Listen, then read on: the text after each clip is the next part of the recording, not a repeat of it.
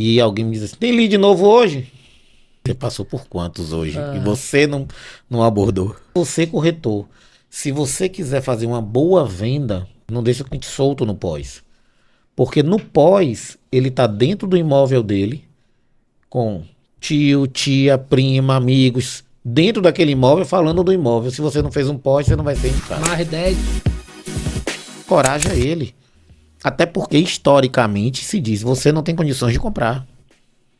Cara, interessante seu ponto de vista, porque se eu sou corretor e eu trabalho para esse público, mas dentro de mim eu tenho uma crença limitante, que é o que você está trazendo aqui, que esse público ele não tem condição de comprar, eu sequer ofereço. Na verdade é invisível para mim. Eu passo todo dia pelo cifrão da comissão e não agarro. Entendi. Todos os dias. Então eu brinco dizendo na imobiliária. Quando você sai daqui e vai para casa, por quantas portarias você passa? Você já ouviu falar em prédio? Já. Quantas portarias tem? Ah, tem 20.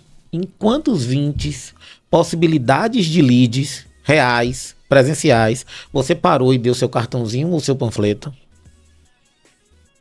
Nenhuma. Você tem carro. Tá esperando da internet, né? O posto de gasolina tem quantos frentistas por turno?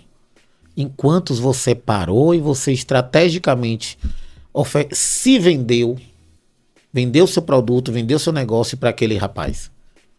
Por quê? Porque a vaidade de vê-lo como abaixo de mim. E aí, se eu sou corretor e eu tenho essa visão, o cliente nunca vai ter a visão de que ele vai ter a possibilidade de comprar. De comprar. E aí você tem todo um segmento que muitas vezes não, por ser operacional, Minha Casa Minha Vida, ele não tem a possibilidade de estar o dia inteiro no smartphone, mas você, corretor, está trabalhando o dia todo aonde? Única e exclusivamente na internet. Mas ele é proibido pelo patrão de olhar o celular. E aí, como é que você chega nesse cara? Você está se enganando. Rapaz, você tá trazendo assim... Você está acordando para se enganar. É. Você está saindo de casa 8 horas junto com o seu cliente. Mas você está do lado do seu cliente, dentro do ônibus, e você não aborda ele. Aí você vai abordar ele no momento que ele não pode te atender. É.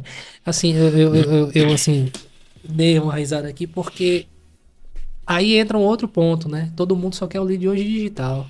E aí você chega na imobiliária e alguém me diz assim, tem lead novo hoje? Já passou por quantos hoje? Você passou por quantos hoje? E você não abordou. É. Sobre essa questão muito bom mesmo. Sobre essa questão do plano de pagamento que é feito, né? Geralmente a construtora traz aquela tabela, né? Que você ainda pode, em cima daquilo, você pode trabalhar de alguma forma. Mas pegando esse viés de raciocínio seu, é que assim, a construtora ela já entende que para esse porteiro, frentista, enfim, ele ter esse acesso, vamos construir aqui uma forma que dê para ele, para que ele possa pagar. Beleza. Só que quando você traz o valor montante total para essa mesa de negociação, agora é 250 mil. Cara, inclusive até hoje a gente tava no shopping, a gente viu um plano de pagamento de um celular, conversamos sobre isso, e veja como é que tava lá, no lançamento Samsung S25, 21 prestações de R$ 90. Aí ela, porra, tá barato. Mas se você chegar dizendo lá, puf, um montante total, o cara, não dá pra mim não, peraí, não sei o quê. Eu me lembrei disso porque esse raciocínio que você tá trazendo, cara, de você encorajar o cliente, assim, cara, você pode. Agora deixa eu te mostrar como é que você... Vamos construir isso aqui juntos? Agora, se você não colocar isso na cabeça do seu cliente, ele não vai por conta própria, né, Se o cliente levantar a mão e dizer assim, eu acho que eu tenho condição, né? Se o cliente for CLT, por exemplo, eu brinco dizendo que todo cliente CLT ele tem 2 salários girando na cabeça dele, e que se ele não der a devida utilidade ao sonho dele, ele vai fazer o que? Ele vai gastar 13º em férias. Mas se isso tiver dentro de um fluxo de pagamento mostrando a ele que ele tem potencial e que aquilo ali pode ser usado no plano de pagamento para o ato, né, para a entrada, melhor dizendo, fica suave para ele. Porque ele não está sonhando que ele perdeu uma férias ou um 13º no sonho dele. Ele sabe que ele está garantindo o patrimônio da família. Ele tá garantindo a possibilidade do filho dele, no final de semana, ao invés de ir pra casa do coleguinha, tá dentro da casa dele, brincando de piscina, com garagem individualizada, com play Playground, kids, né? playground, Parquinho. salão de festa, salão de jogos, e ele vai trazer os amigos pra dentro.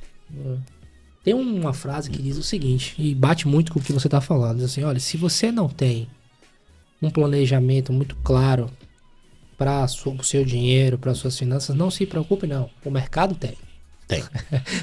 Alguém vai trazer esse planejamento pronto. E aí é que entra aquela condição do cliente tá numa mesa de negociação e desiste de comprar um imóvel para comprar, sei lá, um celular novo. Celular, um né? carro. Porque, claro que, obviamente, né? Pelo amor de Deus, mas hoje a gente tem que esclarecer as coisas, né? O imóvel não vai ser o preço de um celular. Mas aquela entrada, aquele sinal ali que ele poderia dar e tudo e tal, ele vai terminar pegando esse dinheiro e usando para uma outra coisa. Isso. Porque, como esse sonho está muito distante, né, tanto financeiramente falando no volume global, como a nível de tempo, porque eu acho que e aí você pode trazer isso melhor do que eu, existe um outro desafio também que é, pô, mas eu pago aluguel, que é um outro problema, e eu vou ter que pagar esse plano aqui em paralelo. Meu amigo, mas não existe assim, né?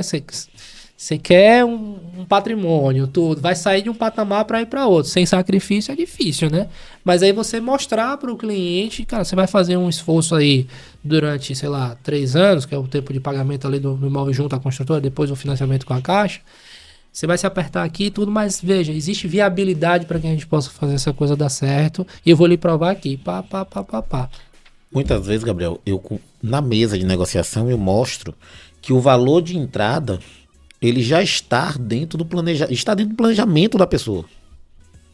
E eu faço algumas analogias, algumas comparações nesse momento. Quanto é uma caixa de cerveja e quanto é a sua parcela? Está disposto, em vez de beber 2, beber uma caixa de cerveja só no final de semana e você pagar a sua parcela?